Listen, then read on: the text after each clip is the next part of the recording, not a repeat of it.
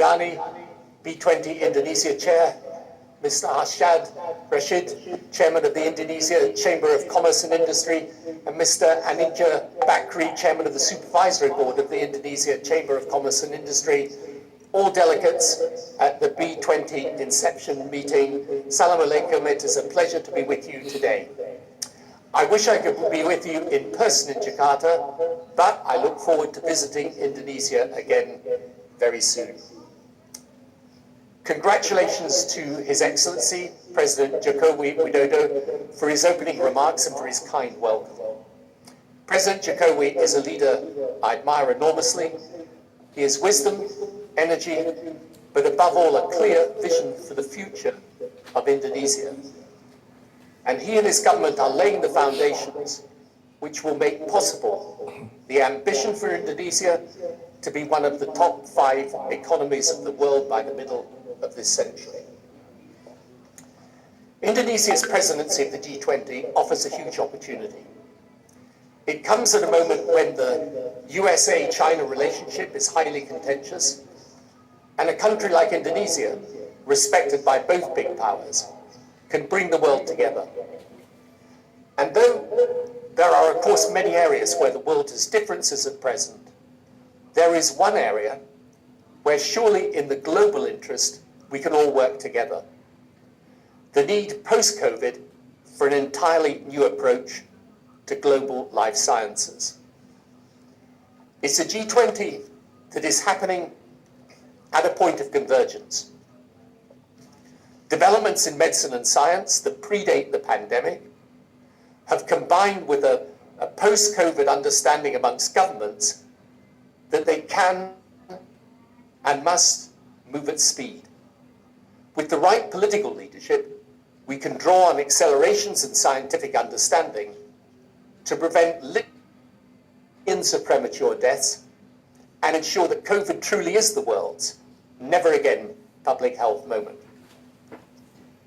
Future pandemics can be stopped before they can begin, and some of the world's worst diseases can be cured or contained. My institute has joined forces with Dr. David Agus from the Ellison Institute for Transformative Medicine in America, and Sir John Bell, Regius Professor at Oxford University, to create the Global Health Security Consortium. Dr. David and Sir John bring knowledge of science and medicine, and my institute brings our understanding of politics and government. Our aim is to keep politics moving at the speed of medicine and science, even when this COVID accelerator turns off.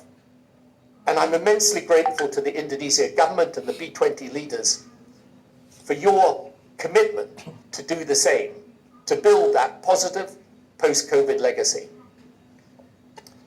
And I believe there are 3 big ideas within reach. First, a new adult vaccination program to combat preventable diseases and build resilience. Second, a global cloud-connected genomic sequencing system to provide unprecedented health insight and an early warning system for future pandemics. And then third, further investment in life sciences around the globe, boosting research and industry. As for the first, a new adult preventative health program should be organized globally so that the advances in medical science, for example, new vaccines for malaria, tuberculosis, dengue, even some cancers, can be brought at speed to the world which needs them.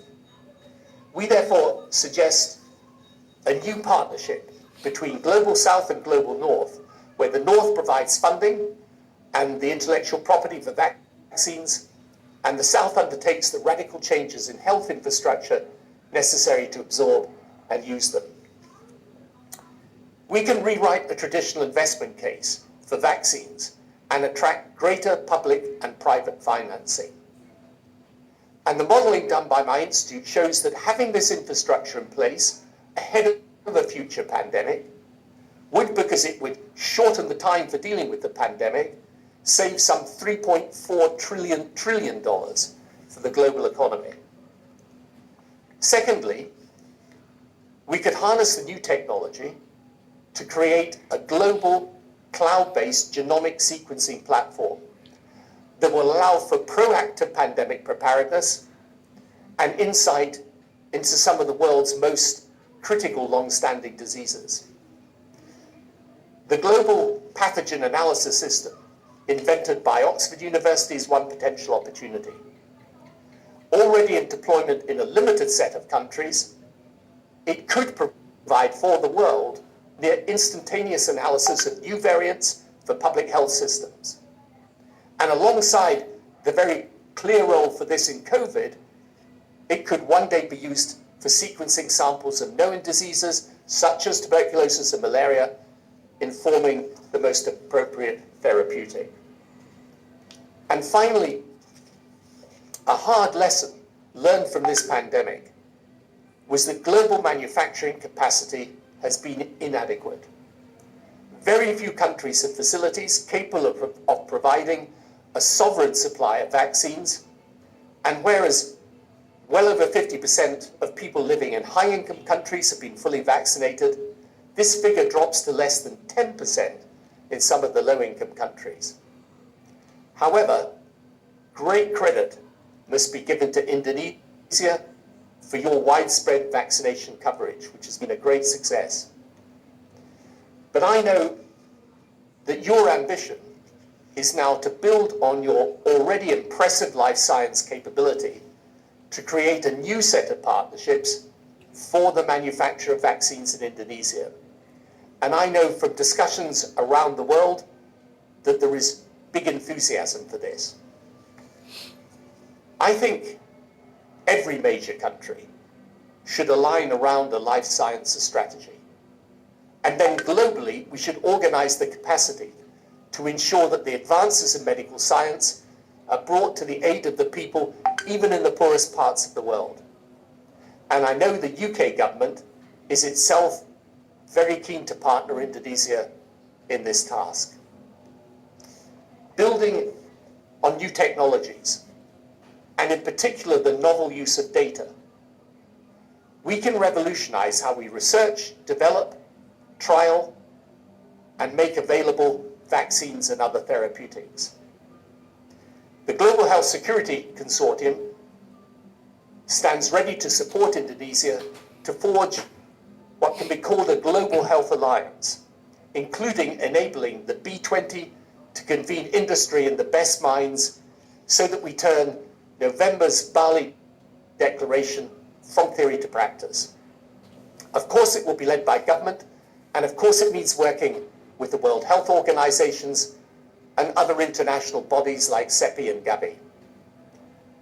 But the Indonesia B20, which as I know is determined to play a much more active role, the B20 can be a big catalyst because transformation requires private and public sector to work in tandem. So, delegates, we have a huge challenge ahead of us, but the potential to do something about it is also huge, and the planning starts now. I'm delighted Indonesia has the presidency of the G20 this year. I believe there couldn't be a better country to lead the world in 2022, and we look forward to working with you on it. Salam alaikum, and thank you very much.